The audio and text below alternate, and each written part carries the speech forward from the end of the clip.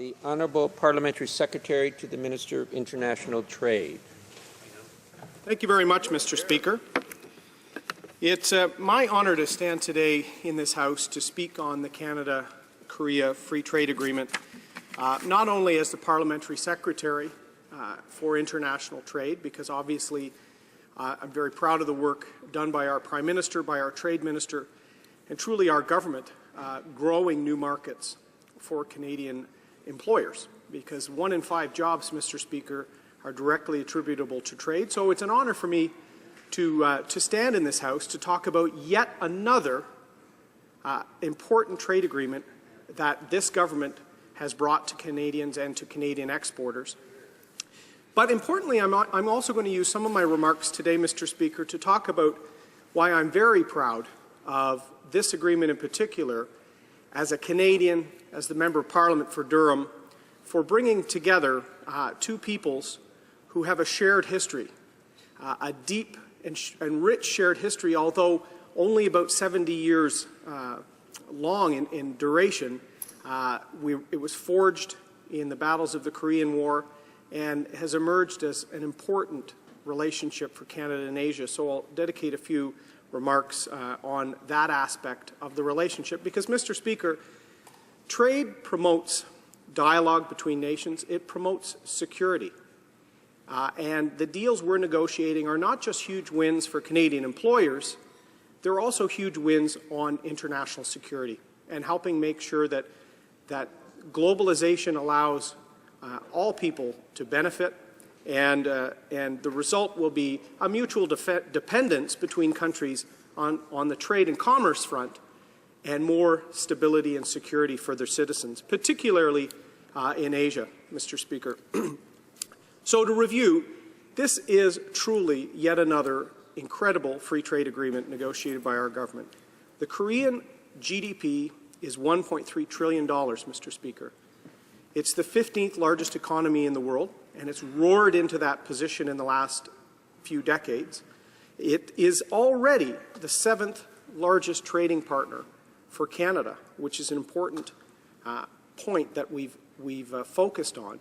And it's a market of 50 million people, and increasingly a market that is seeing a middle class emerge in the country. And with that middle class, Mr. Speaker, comes the demand for the quality of products, particularly food and agricultural products, from a country like Canada. People want to provide the best food in the world for their families, and we're seeing that in Asia, particularly in South Korea. And this is a pattern of engagement that we're following to make sure we also keep the playing field level with our main competitors in global commerce, Mr. Speaker. The European Union negotiated a free trade agreement with South Korea in 2011. The United States negotiated a free trade agreement with South Korea in 2012. We've been at the table pretty much alongside our friends but also our competitors from Australia. So we want to make sure, Mr. Speaker, that our exporters have a level playing field and the opportunity to grow in an important market. In fact, Mr. Speaker, since the U.S. free trade agreement with Korea came into force, we've seen a reduction in $1.5 billion in exports to South Korea because of the tariff elimination that some of our competitors saw. And so this is a point where we were still able to forge a great deal, Mr. Speaker, because you don't rush and make a poor deal on behalf of your exporters. Absolutely. You make sure you stay at the table to negotiate an ambitious and important outcome, and that's where we're at, Mr. Speaker. Estimates, a review of this free trade agreement has led to estimates that our exports will increase to South Korea upon implementation of this deal by 32%. That's almost a $2 billion addition to our gross domestic product, Mr. Speaker. It will remove duties when fully implemented on 98% of tariff lines. And I'll go back to what I said at the beginning of my remarks, Mr. Speaker. 1 in every 5 Canadian jobs is attributable to trade. Deals like this not only secure those jobs that are there now, they grow more, Mr. Speaker, because as a modest country in the $33 to $35 million range, we need to sell beyond our borders.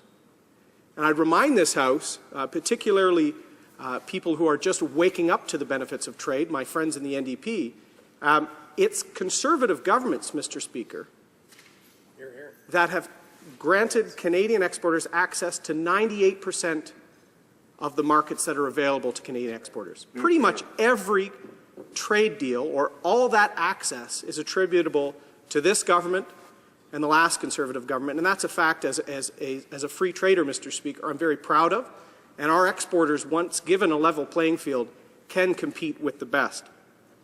So those are the opportunities, Mr. Speaker. Almost $2 billion addition to our GDP from this deal. What are the big winners?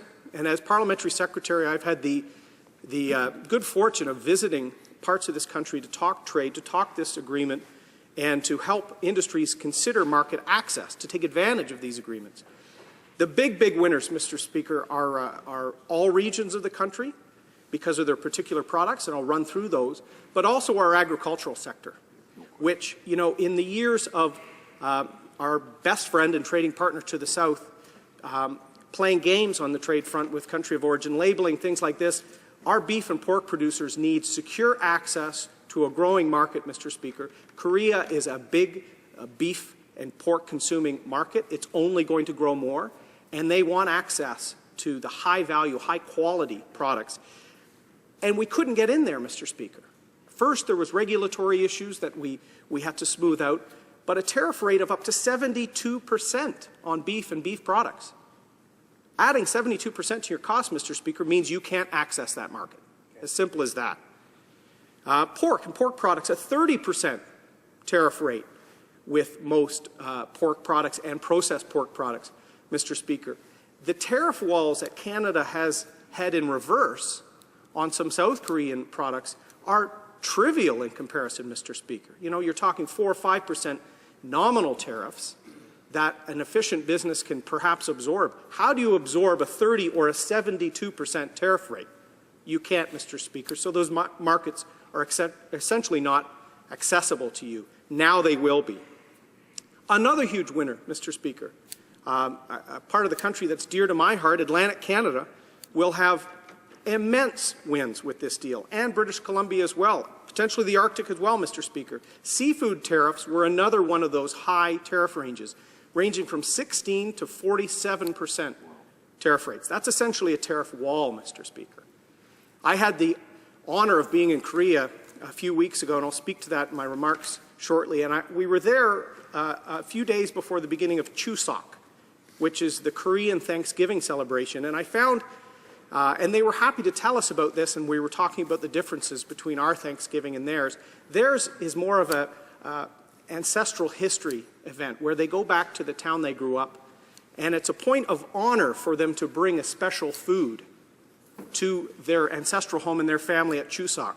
The most popular food in the last year to 2 years, Mr. Speaker, Atlantic Canadian lobster. Here, here. And that's a product that already had a 20% tariff rate, yet people were recognizing that the best lobster in the world comes from Atlantic Canada, and they were still absorbing that 20% hit. That's going to be eliminated, Mr. Speaker.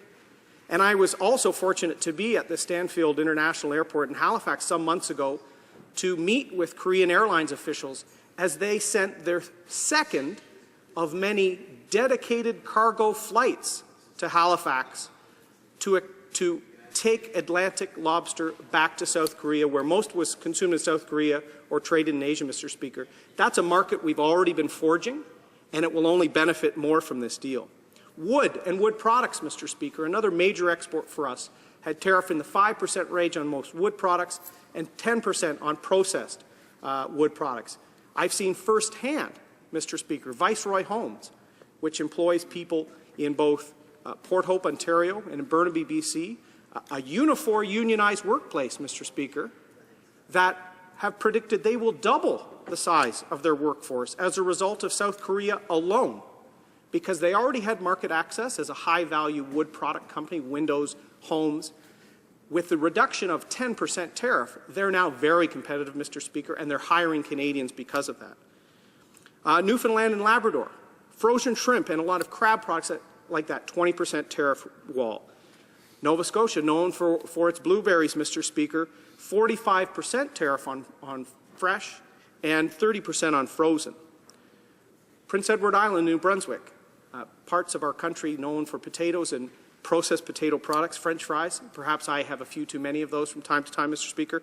18% tariff rate, virtually making it hard to be competitive in that market. Quebec, maple syrup, 8%.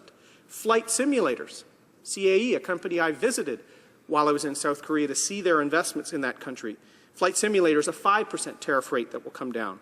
Ontario, aerospace and rail, 8%. Nickel products and a lot of refined metal products, 8%. Manitoba, chemicals, 8%. Pork, as I said earlier, 30%. I toured the Maple Leaf site in Brandon, Mr. Speaker, that is waiting for access to South Korea. They've made the investments. They're ready to do it. They just need the markets that we're now opening up. Saskatchewan, canola oil, 5%.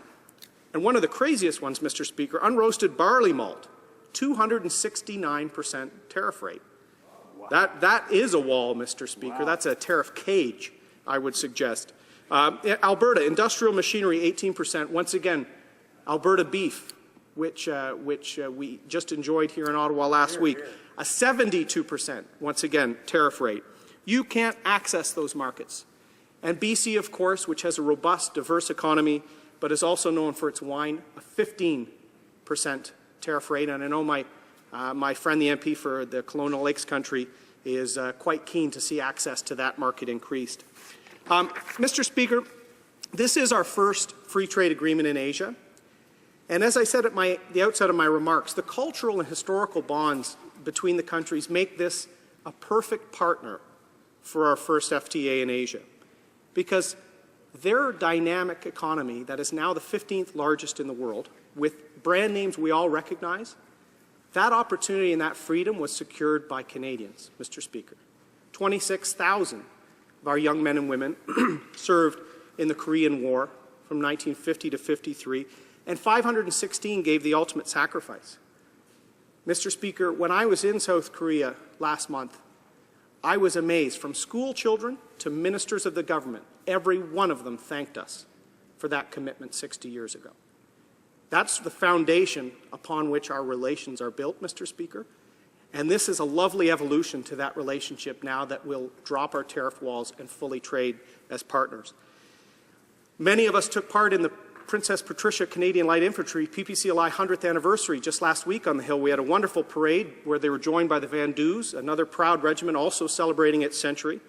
That regiment distinguished itself on the battlefields of South Korea, Mr. Speaker. The Battle of Kapyong, where the PPCLI are one of the few units, the only Canadian unit, Mr. Speaker, to receive a presidential unit citation because their bravery over the course of several days, repelling a communist Chinese advance, saved the lives of Americans, of New Zealanders, of Australians, of Koreans. They were surrounded. They called in fire on Hill 677, their own position, Mr. Speaker, to make sure they held that line. That's the Canadian commitment to countries like South Korea, Mr. Speaker, and that's why I was so touched to see that firsthand in Seoul. I also had the honor of joining Minister Park, their Minister of Patriots and Veterans Affairs, at the National War Monument and at their National Hall of Honor, Mr. Speaker, where our delegation, and I was joined by the MP for Haliburton, Kawartha Lakes, Brock, and Senator Yona Martin from British Columbia, we laid wreaths at the Hall of Honor and at the 60th anniversary marker that our government erected when we tried to make sure that our veterans from the Korean War don't think of it as the forgotten war anymore. We've been trying to show them how much we appreciate, and Minister Park laid those wreaths with us, and he spoke with fondness of the Korean War veterans from Canada he's met over the years. In the Hall of Honor, Mr. Speaker, and in the War Museum, we got to see the spectacular artwork of Canadian war artist Ted Zuber. And it was really Korean veterans themselves that fundraised a lot of the money to put a spectacular painting by a Canadian artist, a war artist who incidentally served in the Royal Canadian Regiment, so now I've named all three of our regiments. And his work depicting our service and sacrifice in South Korea is a stunning in a place of honor in that war museum. And on a personal level, Mr. Speaker, in Durham, my friend and someone who lives quite close to me, Doug Finney, is currently the president of the Korean Veterans Association of Canada, representing those veterans in Canada. And I was honored that he was able to join our government, the Prime Minister and the Governor General, at a state dinner just last week at Rideau Hall, honoring the visit of President Park from South Korea, and the night before the historic signing ceremony for this trade agreement. And so, Mr. Speaker, we're forged in the history of war and of conflict, but what's emerged is a robust, strong democracy in Asia that is now our gateway into a fast and growing part of the world. And the Koreans I met while there were truly inspiring, Mr. Speaker. Our first evening in Korea, we met with children from Pumasi H2O, who had just 2 months earlier visited Canada to come and thank our veterans. In fact, in solemn ceremonies, they even washed the feet of some of our veterans. These are children, Mr. Speaker, whose parents may not have even been born when the conflict took place. Their deep remembrance of our sacrifice is palpable, Mr. Speaker, and it was moving for us. That was our first dinner. They hosted us to show us photos of their trip to Canada. Truly inspiring. And many Korean Canadians, so Canadians that came here for the opportunity, have done well and are now trying to help back in their home country. Mr. Ron Suh was on the ground in Seoul and joined us for some of the events. He's been working to build bridges for decades, Mr. Speaker, as the regional president of the National Unification Advisory Council, a position the President of South Korea asks Ron to fill so that he can work as part of the diaspora towards unification, which is something I think all of us would like to see to eliminate some of the horrors of repression in North Korea. So people that have been building these person-to-person ties between our countries since the war are inspiring. Similarly, there's South Korean veterans who fought in the war and then immigrated to Canada afterwards. They have an association, and I've been very fortunate to meet some of these veterans in my travels across the country, Mr. Speaker. They're a living embodiment of the bridge between our countries. So our work in the National Assembly during that visit, Mr. Speaker, was to make sure that our friends in South Korea ratified the deal on their side quickly, as we will in this House, Mr. Speaker. And I have to thank Ministers Park, Minister Hwang, the Minister of Education, Representative Chung, the Speaker of the National Assembly, who met with us and hosted a meeting, Representative Kim and the Trade Committee, who we met with directly to ensure quick passage of this free trade agreement. And importantly, we met with members of their opposition to make sure that events in their country, at their National Assembly and other things didn't interfere with the passage of this important new evolution of our relationship as countries. So Representative Wu, the policy chair for the opposition coalition, the NPAD, we also met with, and I thank all of those representatives for meeting and for helping forge the bonds between our countries. And Mr. Speaker, as the Member of Parliament for Durham, an area with a history of strong and productive auto industry with General Motors in Oshawa, my father is a GM retiree, Mr. Speaker. I'm happy to say that our government has secured an outcome on automobiles that is as strong or stronger than some of the provisions our U.S. friends had. Not only do we get immediate duty-free access to those markets, we have a permanent specialized dispute settlement procedure for non-tariff barriers, Mr. Speaker, not a 5-year one that the U.S. secured in their agreement. We have a permanent dispute resolution so that we can make sure that our automakers have access. Because what's important, Mr. Speaker, and a point that some of my friends in the opposition like to ignore, is that our great and productive workforces in Oshawa, Oakville, and Windsor, the decision on what vehicle rolls off those lines is not made at the Canadian subsidiary, Mr. Speaker. That decision is made in Detroit. So how could our government possibly allow our country and those plants to have one less market that they could access? How could we possibly do that? And I said this to Unifor and representatives of one of the big three. that would be against our national interest. We want to make sure our plants, which are some of the most efficient in North America, have the same market access as their counterparts in the U.S. because they compete for new products to roll off their lines. So, Mr. Speaker, I hope with my remarks today I show why South Korea is our partner in Asia, our first free trade agreement. It's a relationship forged in sacrifice, service, mutual respect, and this agreement will be a tremendous win for both countries. Thank you, Mr. Speaker. Questions and comments? Question Kamantai, the honourable member for New Westminster, Coquitlam. Thank you, Mr. Speaker. And Mr. Speaker, I listened with intent to my honourable colleague's comments. I thought he made definitely some good points. But since 2012, Canadian exporters have lost about 30% of their market share when it comes to EU and the U.S. implementing trade agreements with South Korea. They got preferential access. I'm wondering if he could comment about why this government has taken this long and why we weren't able to, or the government wasn't able to negotiate as good or a better deal than the U.S. or the EU on that. Thank you, Mr. Speaker. Honourable Parliamentary Secretary. Thank you, Mr. Speaker. I'd like to thank the member for that question. I did address that direct question in the beginning of my remarks, Mr. Speaker. We are actually following directly on the heels of a lot of those partners, including the U.S., and there has been a drop in exports since 2012 to now when we have a trade deal close to completion.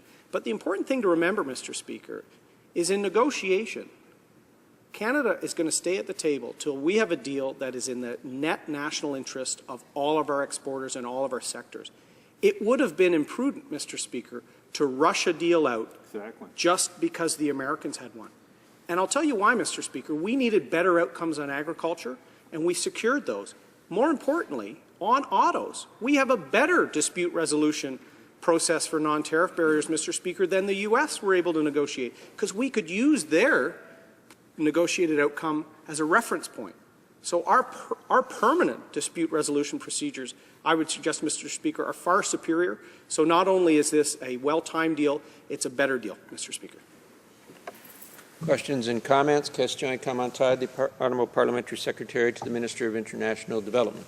Well, thank you, Mr. Speaker. Mr. Speaker, my mother was born to parents who had a first family very early in life. And as a result of that first family, I have a cousin who is one of the 516 Canadians who is buried in South Korea. My cousin was Lance Corporal John Howard Fairman, who died on October the 13th, 1952. He was part of the Royal Canadian Regiment, and his service number was SM 9462, the son of my Uncle Howard and my Aunt Blanche Fairman. And my colleague here has spoken about the people-to-people ties that we have between Canada and South Korea. I wonder if he has any further comments on how the commitment and service of Canadian forces has helped to forge this relationship that is some 60 years old. The Honourable Parliamentary Secretary to the Minister of International Trade. Thank you, Mr. Speaker. I love when members of this place honour the place by sharing those personal reflections and those personal memories of sacrifice. And I'd like to thank the Member of Parliament from Newmarket Aurora for doing that. And the Corporal Fairman and his sacrifice is appreciated. Today, not only in Canada but in South Korea, the children of Pumasi that came to Canada came to thank us for the sacrifice of people like Corporal Fairman. This sacrifice, Mr. Speaker, is the foundation of our relationship. And from that has sprung cultural ties, business and international sort of ties, but that's still the foundation. And to see the names in the Hall of Honor there, Mr. Speaker, was touching because it was a snapshot of Canada 60 years ago. There were names from all provinces and places in Canada, French names, English names, diversity. Some of the veterans that died had only served in the last decade in World War II, Mr. Speaker. So as our government has tried to make sure that those veterans didn't feel their conflict was a forgotten war. They've actually helped secure the democracy for South Korea and Asia. And look at what that country has done with that, Mr. Speaker. Now we have the ability to continue that strong relationship through this agreement. I'd like to thank the member for her reflections.